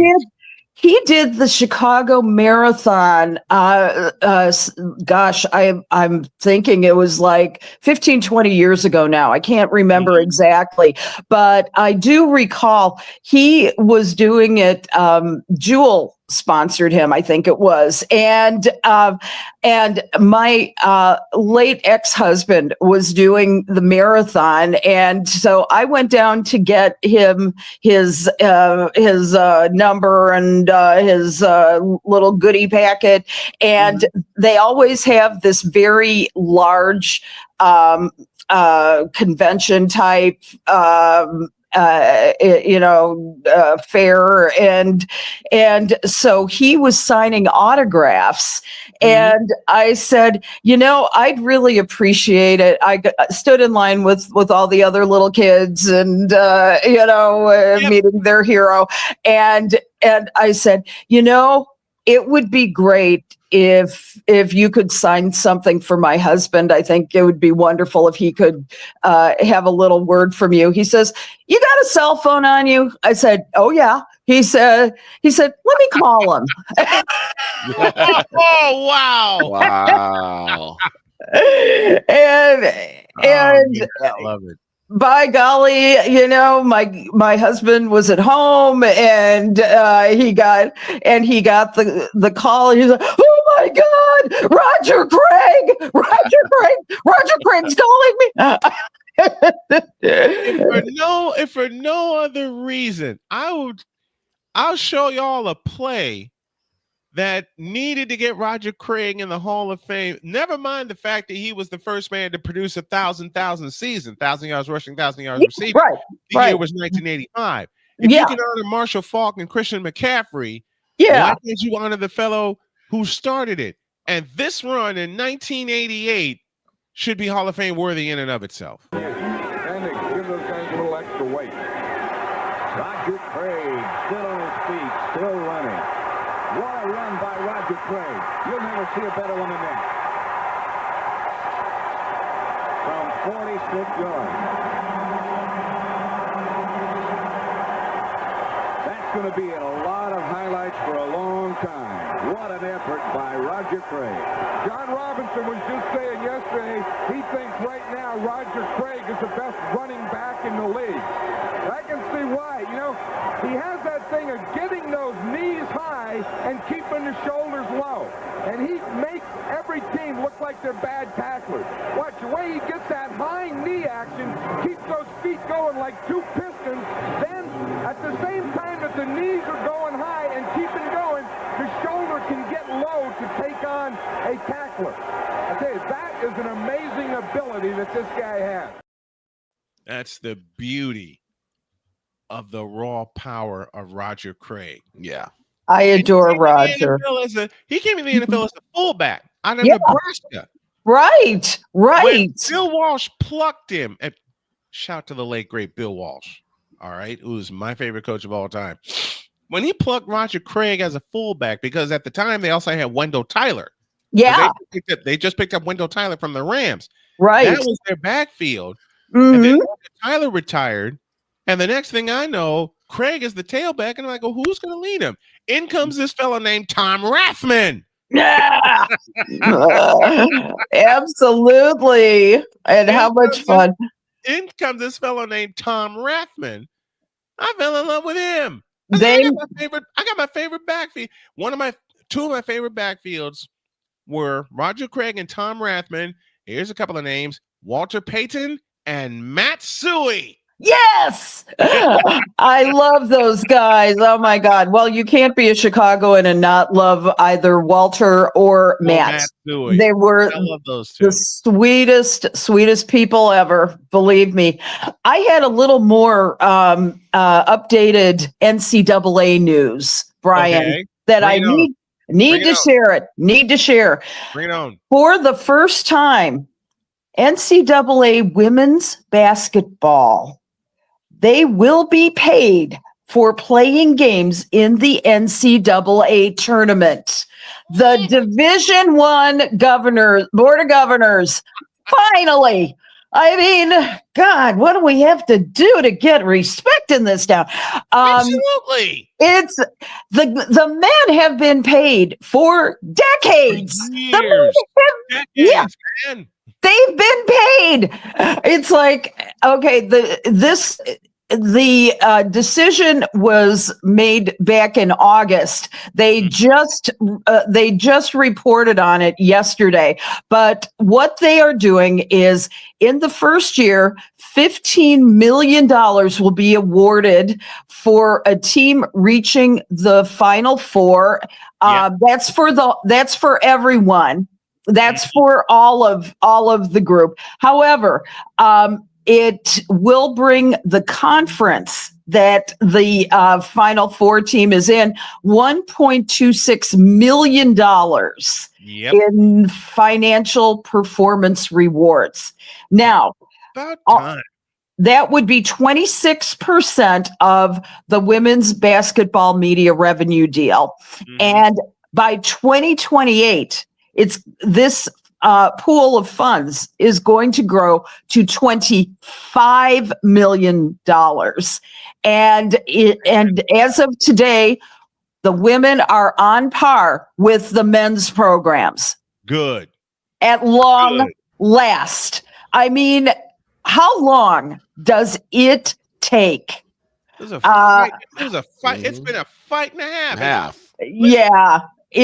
I've known Allie 13 years now, and that's a subject we always and often talk about. When will the women be paid like the men get paid, not just for their teams reaching the Final Four, but for their conferences? And it leads back to the other point that I talked about to start this thing. Why won't they move it to bigger places? Because with the way the men did it, the first Final Four I ever watched was at the Superdome, Georgetown in North Carolina, and then every year after that, it was in an arena. It wasn't in a dome. Well, '84 it was in the Kingdome. Same as '89. Nice. And you had 30,000. You had 30,000 in the Kingdome, easy. After 1996, when they played it at the Meadowlands, they moved to domes and bigger stadiums, and it started at the RCA Dome in Indianapolis in 1997. Yeah. Indianapolis a couple of times because I saw him play at Lucas Oil Stadium when I was covering the state championship in 2014. Right. They had a regional final at Lucas Oil Stadium. Not a ticket to be had in the house. And I was covering the boys state championship that weekend with Marquette Catholic. So there was a bonus event for me. I couldn't go into the stadium, but it was not far from us. So we had a chance to see that. My goal this year is to get to Indy for the girls' Final Four and state championship. For the women's Final Four and state championship for the IHSAA. My goal is to get there and to do all 4 games. I'll pay the broadcast rights fees, and I'm going to make a ton of money doing it. I'm already starting my quest for sponsors for that. But it's so much. It's been so much of a fight for the women to be on par, especially financially, with what the men are doing and what the men are getting paid for. And to hear this kind of news, it's absolutely fantastic. It is. And it's about time too. Yeah. It to me, this is what I've been fighting for pretty much since I started covering women's sports back in 2007. And I am grateful for this day, and I pray that we take no steps back in this. We can't take it.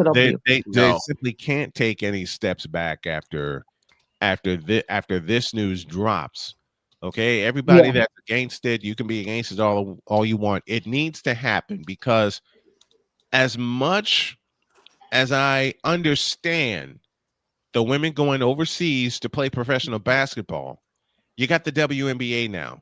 You can throw in a little more money and keep them here, which brings me to this. And I wanted to talk about it on Tuesday. Didn't get a chance because we went off the rails from minute 1, which is what we're doing now. So beware. Yeah.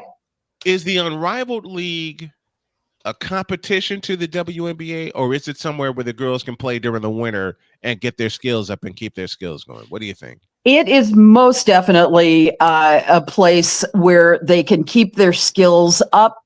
Unless they move it to summer, it will not be a rivalry. Okay. It's kind of I liken it to an enhancement, and remember how successful the old USFL was, and NFL players never have had to go overseas, but it became, and it stayed successful as long as they didn't encroach on the NFL. Yes. And then Donald Trump, he decided that it was, solid enough, not so, to move it to a rivalry to the NFL, and it was not, and it failed spectacularly, and the league was done in 3 years. So for me, I'm looking forward to it. Games start, by the way, tomorrow night. So Friday, the 17th, be there. It's TBS, TNT. TBS and TNT are starting the Unrivaled League, and I am very much looking forward to all of that. I'm looking forward to it also. It's going to be a great thing. Got one more thing. I know we're running out of time. This marks the 3rd anniversary of Les Grobstein's passing. And I just want to shout him out for all of his support to the women. And I think he'd be very proud of where we are today, even though he was messing with me constantly about women's sports. I think he would be very, very pleased to know what's happening now. Because he came to Chicago State and picked at me when I had to do a women's basketball game. And I will never forget Les. He just came by, he rubbed my shoulder, and he said, "You're doing this game?" And I fell out laughing. Les, if y'all know Les is a big time supporter, okay? But he would mess with you at the same time for doing it. But the support was the support was there. So Les, we miss you, buddy. We do. That is Allison Mic Drop Moran. She's here every week. I promised her an extra appearance this week because there was so much that we didn't get to cover. We did this morning. I appreciate you, darling, very, very much. Thanks for coming by. We appreciate you. Great fun. Great fun. Love you guys. Love you guys. Thank you.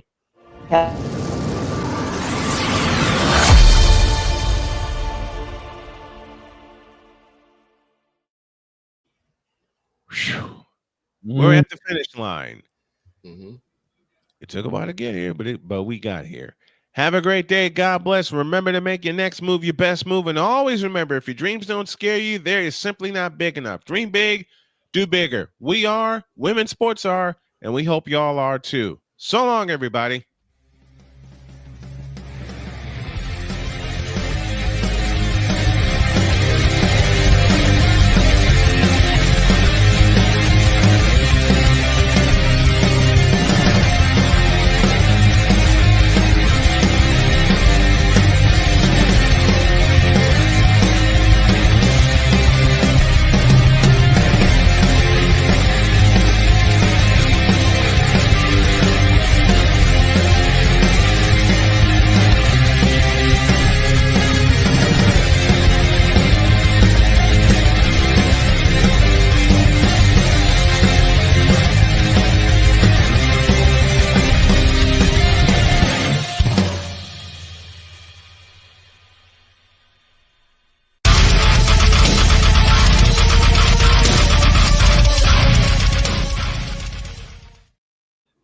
This weekend, we're going to have a lot of football, and it concludes on Monday with the national championship, Notre Dame and the Ohio State University. Good Lord. Right. So long, everybody.